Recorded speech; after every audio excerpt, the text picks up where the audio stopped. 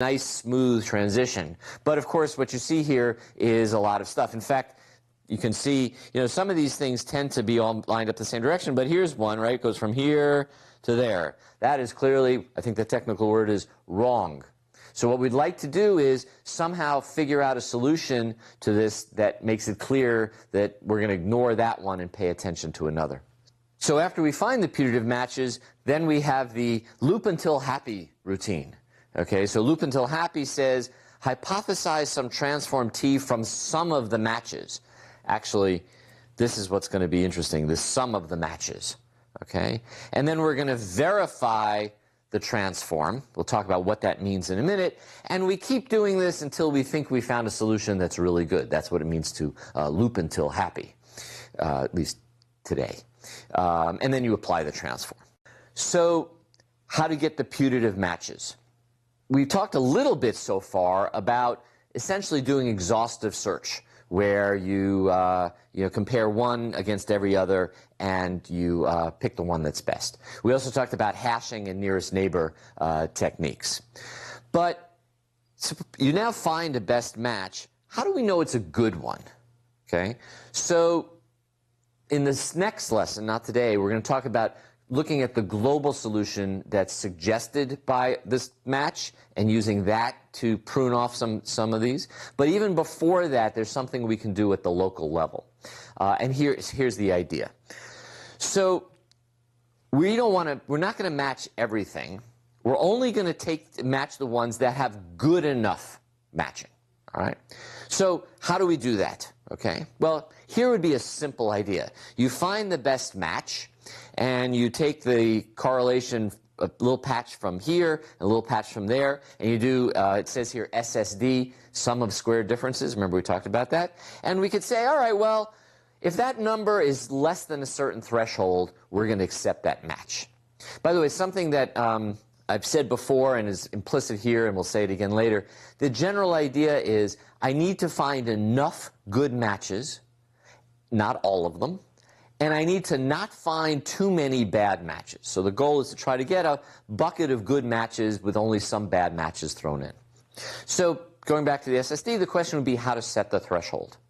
So empirically, you can start to take a look at this, all right? So let's suppose you have a whole bunch of matches, and since you, the human, are going to click on which ones are correct and which ones are not, well, actually, not you. This is what you're going to do if you're a professor. You're going to find a bunch of undergraduates, okay? And you're going to offer to pay them not very much money. And then you're going to offer to give them pizza, okay? You can get undergraduates to do anything for pizza. Turns out you can get graduate students to do anything for pizza and Coca-Cola. So anyway, so you get an army of students to click on which matches were correct and which matches are not correct. So after everybody's clicked on all these matches, you can actually generate two graphs. What you're going to do is you're going to measure the nearest neighbor squared error. So this is how good is the SSD of the nearest neighbor. And we're going to check it for all of the correct matches and all of the incorrect matches. So incorrect matches, remember, are where the best match is actually not the right one. Okay, so we're just plotting the best matches, but the ones that are correct and the ones that are incorrect. And so here is the squared error of the correct matches. That's what it says here, correct matches, all right? And you'll see that it falls off nicely. So most of them tend to be small, and, a modest amount of them tend to be large. So you might say, well, I'll just set a threshold here and that'll be fine. Well, except not so fast. If you then take a plot of the incorrect matches, you see that the incorrect matches have a whole bunch of stuff early on also. So what that means is I've taken a point and I've found its best match, and the best one is not the right one. So it's not a surprise that it's a lowish value because this is the best match. The problem is that some of your best matches are correct and have a lowish score, but some of your best matches are not correct and they also have a low score. So it's not so clear where you should set that threshold. So in David Lowe's work and doing the SIFT work, he had a pretty clever idea, and this is the idea. Take your first nearest neighbor. So you do the best match. See what its score is.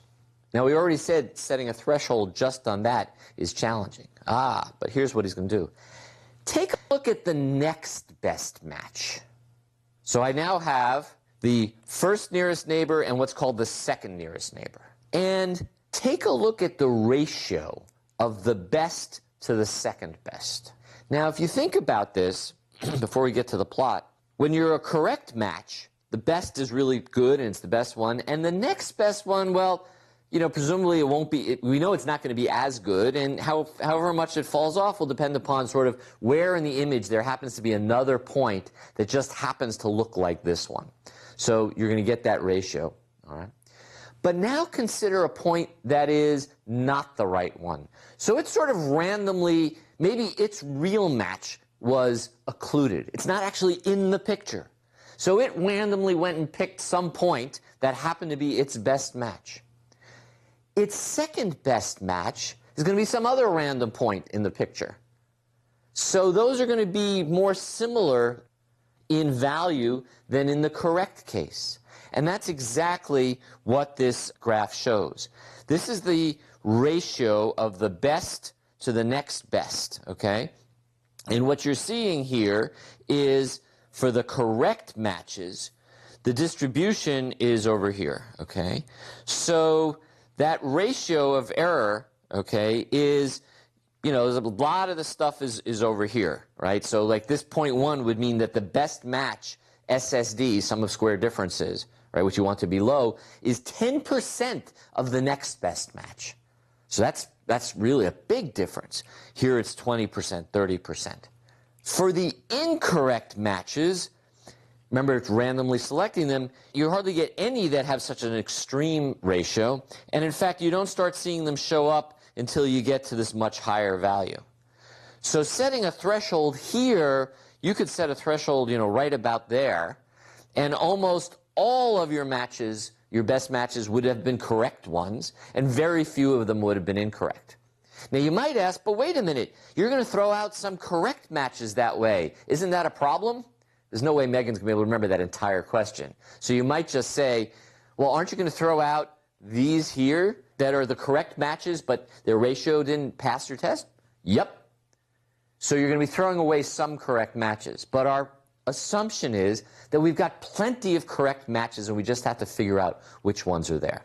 Okay, so that's this cool method of doing this selection by comparing the best to the nearest best. Cool? Good. So now we have some more, another trick under our belt that allows us to do this feature matching, whether we're doing the, or really in this case, throwing some features away, match selection, whether we're doing exhaustively hashing or some other method.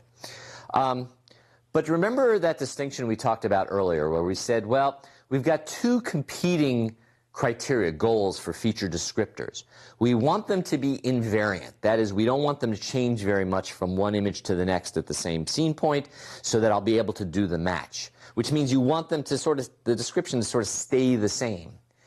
But what you don't want is if I've got two similar points in the scene, you want them to have two different descriptors because I don't want to match to the wrong one. That was this notion of being distinct. So we have this invariance versus distinctive. And that's a fundamental trade-off. And because of that trade-off, you have this problem that when you pick the best match, because you've done this trade-off, you are still going to get a bunch of what we call wrong matches or outliers. That is, we have some point matches that actually fit what we want, and some of them are just wrong. So the question is, what should we do? All right, so this sort of launches into the last part of this, and then hopefully naturally, because I'm such a spectacular teacher, into the next lesson. All right. So remember, why are we doing this? Well, we're trying to compute a model that aligns one picture with the other, right? We're going to compute a model that is the relationship between entities. So what we're really doing is model fitting, okay? Now, remember this picture of model fitting of lines and circles? Remember when we did that whole Huff transform thing where we were saying, well, we've got a bunch of points and we'd like to find which line is the right line or which circle is the right circle, right? And the idea was that some of our edge points come really from the circles and some of them don't. So really, that's what we're doing here, is we're doing model fitting. In order to motivate, we're going to go, let's do the math. behind some simple fitting that you already know. We'll talk about typical least squares line fitting. All right. So in least squares line fitting, we're going to assume that we've got some data points x1, y1 up through xn, yn.